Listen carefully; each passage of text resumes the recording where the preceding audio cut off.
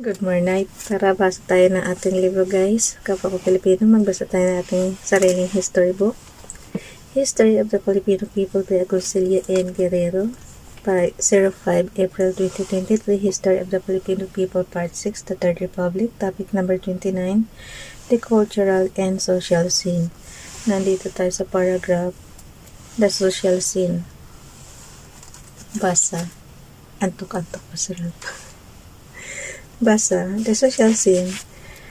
The stratification of Filipino society after the last war has become so marked that one finds the base of the triangular structure widening while the apex remains practically the same as before the war.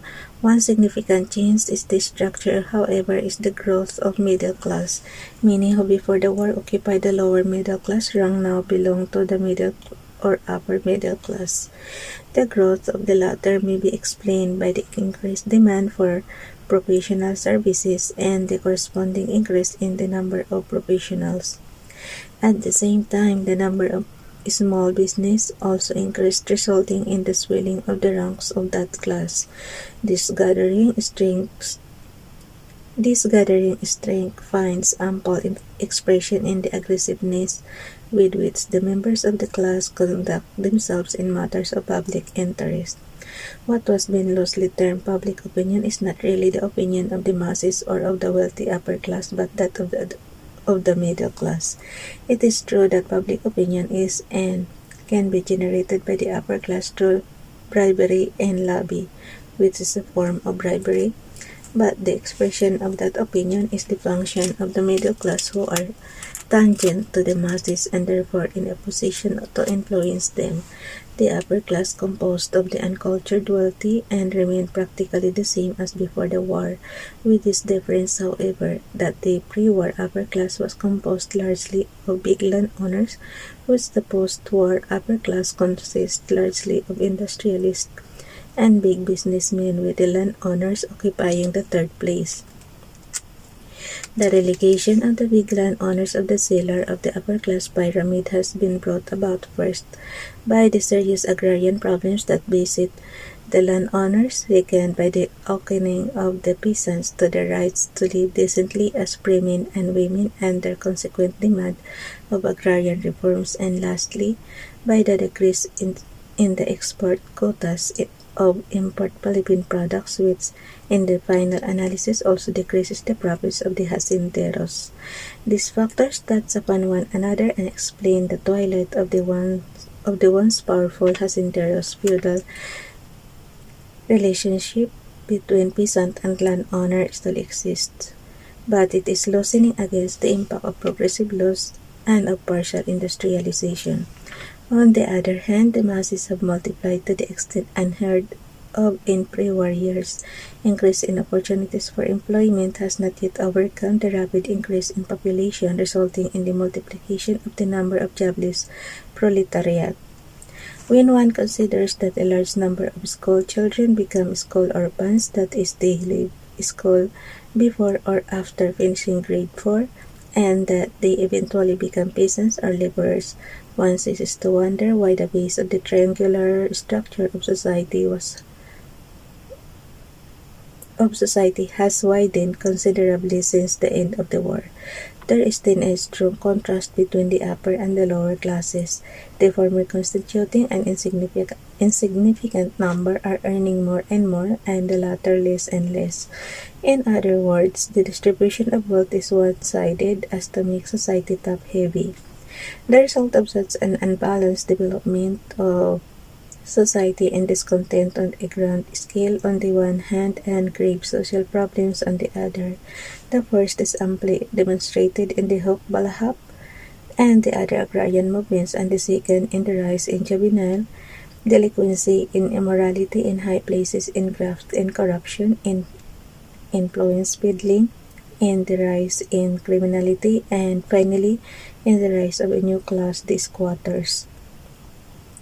Juvenile delinquency among the masses is something to be expected because economic insecurity breeds unlawful acts, but the more Serious delinquency occurs in the wealthy and the well-to-do families whose economic status under normal conditions should have kept their young from mischief.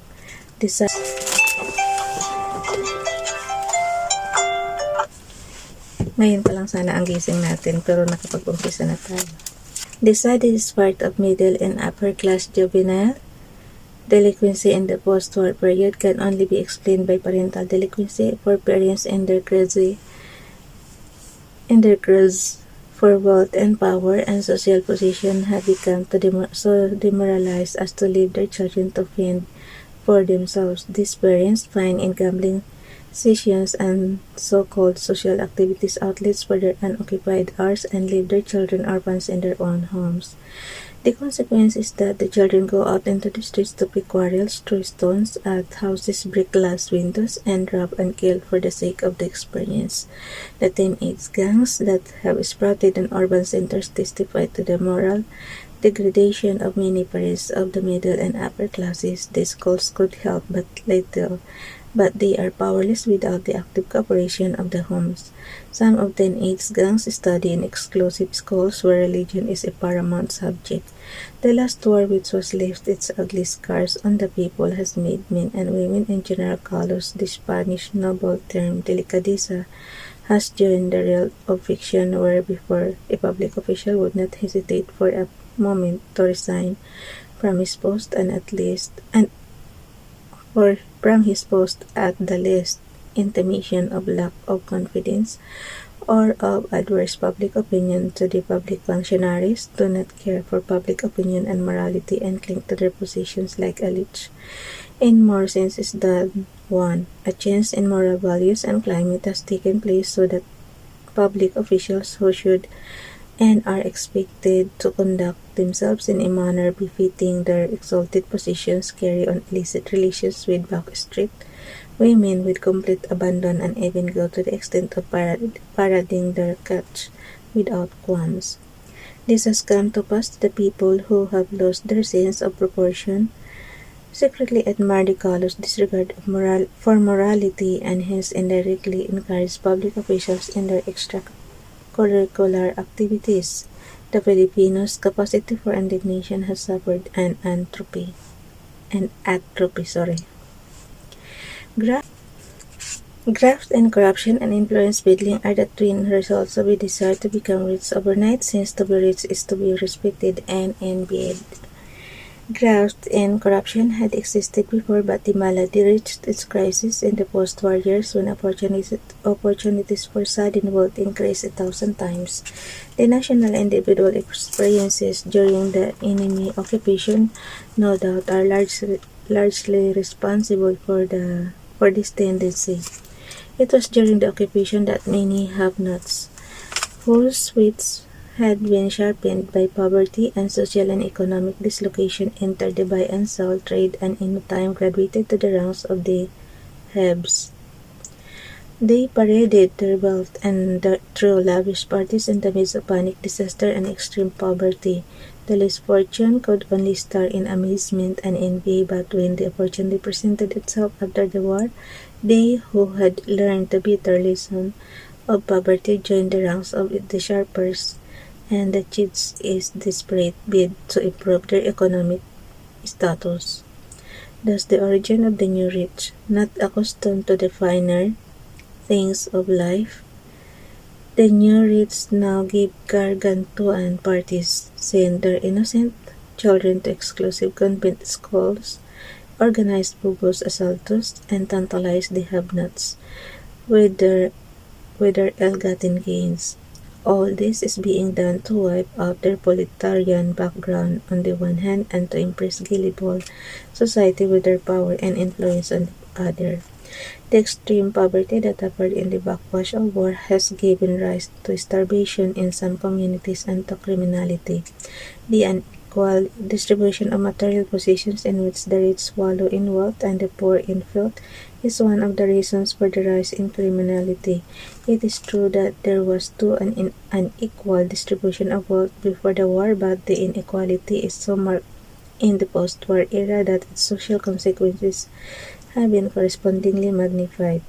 burglary, hold-ups, robbery with murder, kidnapping, and mayhem are daily occurrences.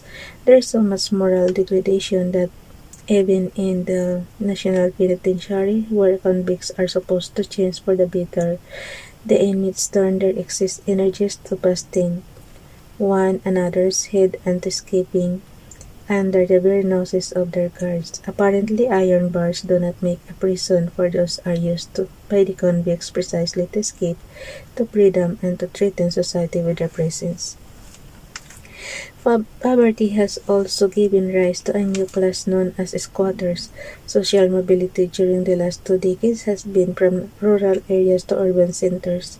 Manila and other centers of population have seen this mobility and have become the focal points of this movement.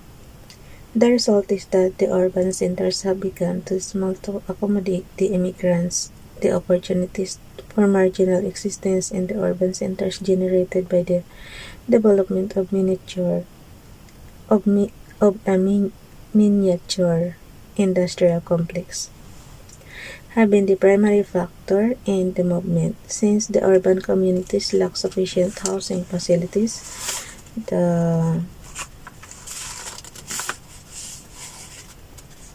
ayaw na guys, tikit-tikit na talaga siya, oh.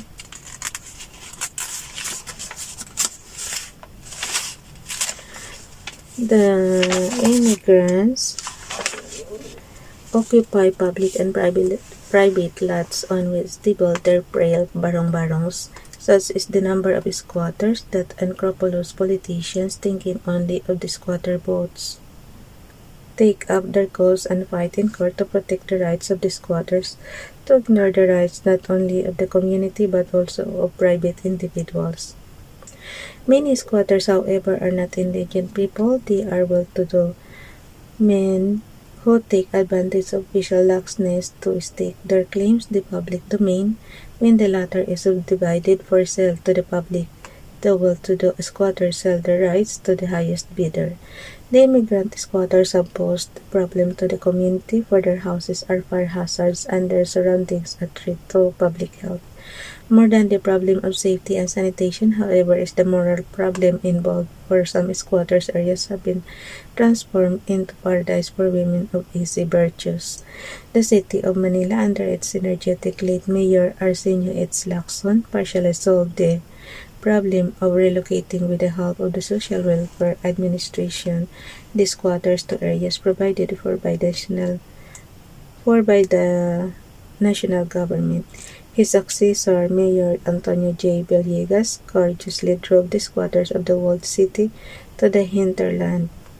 The squatters on private property, who indignantly refused to vacate the private lots they illegally occupy, moved over to another vacant lot for public property upon payment by the lot owner of a certain sum ranging from 50 to 200 pesos. The squatters are a class by themselves, for they are the only ones who have the temerity to defy the government and get away with it, thanks to the peanut politicians. Bukas na itong beginnings of inyong elite. Beginnings of inyong elite. Bukas na to guys. Bye everyone. God bless.